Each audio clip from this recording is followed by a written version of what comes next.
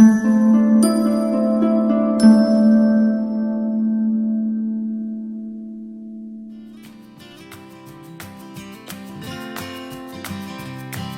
friends, welcome to South Indian Food Court. இன்னைக்கு நம்ம நெத்திலி மீன் குழம்பு பண்ண போறோம். வாங்க எப்படி பண்ணலாம்னு பார்க்கலாம். தேவையான பொருள் பார்த்துடலாம்.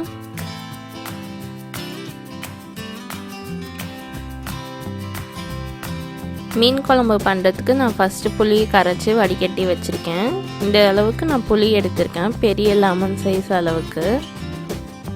இப்போ இந்த புளி கரைசல்லே நம்ம இந்த தக்காளியும் கரைச்சி விட்டுக்கலாம்.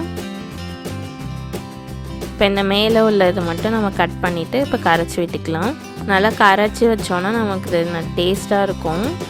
உங்களால் கரைக்க முடியலன்னா நீங்கள் மிக்சியில் அரைச்சி எடுத்துக்கோங்க. இப்போ நல்லா கரைச்சி விட்டாச்சு. இந்த மாதிரி தக்காளியோட தோல் மட்டும் தான் இருக்குது பாருங்கள். இந்த மாதிரி நல்லா கரைச்சி விட்டுக்கணும். குழம்பு மிளகாய்த்தூள் 2 ஸ்பூன் சேர்த்துக்கலாம். குழம்பு மிளகாய்த்தூள் இல்லைன்னா மிளகாய்த்தூள் 1 ஸ்பூன், மல்லித்தூள் 2 ஸ்பூன் சேர்த்துக்கோங்க. சால்ட் 2 டீஸ்பூன் சேர்த்துக்கலாம். இப்போ இது அப்படியே இருக்கட்டும். நம்ம ஒரு தேங்காய் பேஸ்ட் அரைச்சிக்கலாம் மீன் குழம்புக்கு. இப்போ இந்த மீன் குழம்புக்கு தேங்காய் பேஸ்ட்டுக்கு 3/4 மூடி தேங்காய், 1 டீஸ்பூன் சோம்பு, 10 சின்ன வெங்காயம், இது எல்லாத்தையும் நல்லா ஃபைன் பேஸ்ட்டாக அரைச்சிக்கலாம். இப்போ தேங்காய் பேஸ்ட்டு அரைச்சிட்டு வந்தாச்சு. இப்போ இந்த மீன் குழம்புல சேர்த்துடலாம். இப்போ எல்லாத்தையும் சேர்த்தாச்சு. இதை நல்லா மிக்ஸ் பண்ணி விட்டுக்கலாம் கட்டி இல்லாமல். உப்பு, புளிப்பு, காரம்லாம் கரெக்டாக இருக்கான்னு செக் பண்ணி பார்த்துக்கோங்க. இப்போ நம்ம குழம்பு தாளிக்கிறதுக்கு கடாய் வச்சுக்கலாம். கடாய் நல்லா சூடாகட்டும்.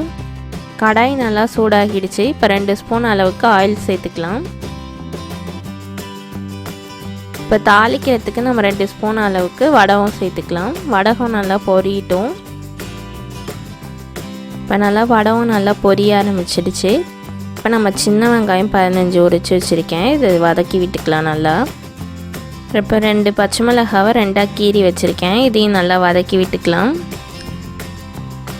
இது நல்லா கொஞ்சம் வதங்கட்டும்.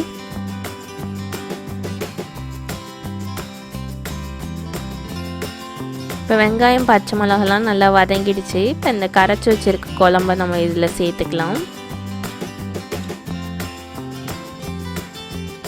இப்போ நல்லா குழம்பு நல்லா கொதிக்கிட்டோம். நம்ம மூடி வச்சிடலாம் ஒரு 5 நிமிஷம். குழம்பு கொதிச்சோன்னு தான் மீன் சேர்க்கணும். முன்னாடியே சேர்த்துட்டிங்கன்னா கரைஞ்சிடும் மீன்லாம். இப்போ நான் மீனை நல்லா வாஷ் பண்ணி வச்சுருக்கேன். இந்த மாதிரி மஞ்சத்தூள் உப்புலாம் போட்டு நல்லா வாஷ் பண்ணி வச்சுருக்கேன்.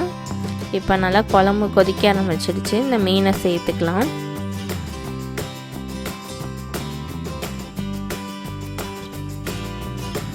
இப்போ எல்லா மீனையும் சேர்த்தாச்சு. குழம்பு நல்லா கொதி வரட்டும். மூடி வச்சிடலாம் ஒரு 5 நிமிஷம். இப்போ குழம்பு நல்லா கொதி வந்துடுச்சு. இந்த ஸ்டேஜில் நம்ம மீன்லாம் நல்லா வெந்திருக்கும். நம்ம மீனை மட்டும் தனியாக எடுத்து வச்சிடலாம். அப்போ தான் உடையாமல் இருக்கும். இப்போ எல்லா மீனையும் எடுத்தாச்சு. இந்த குழம்பு மட்டும் இன்னும் 2 நிமிஷம் கொதிக்கிட்டோம். மூடி வச்சிடலாம்.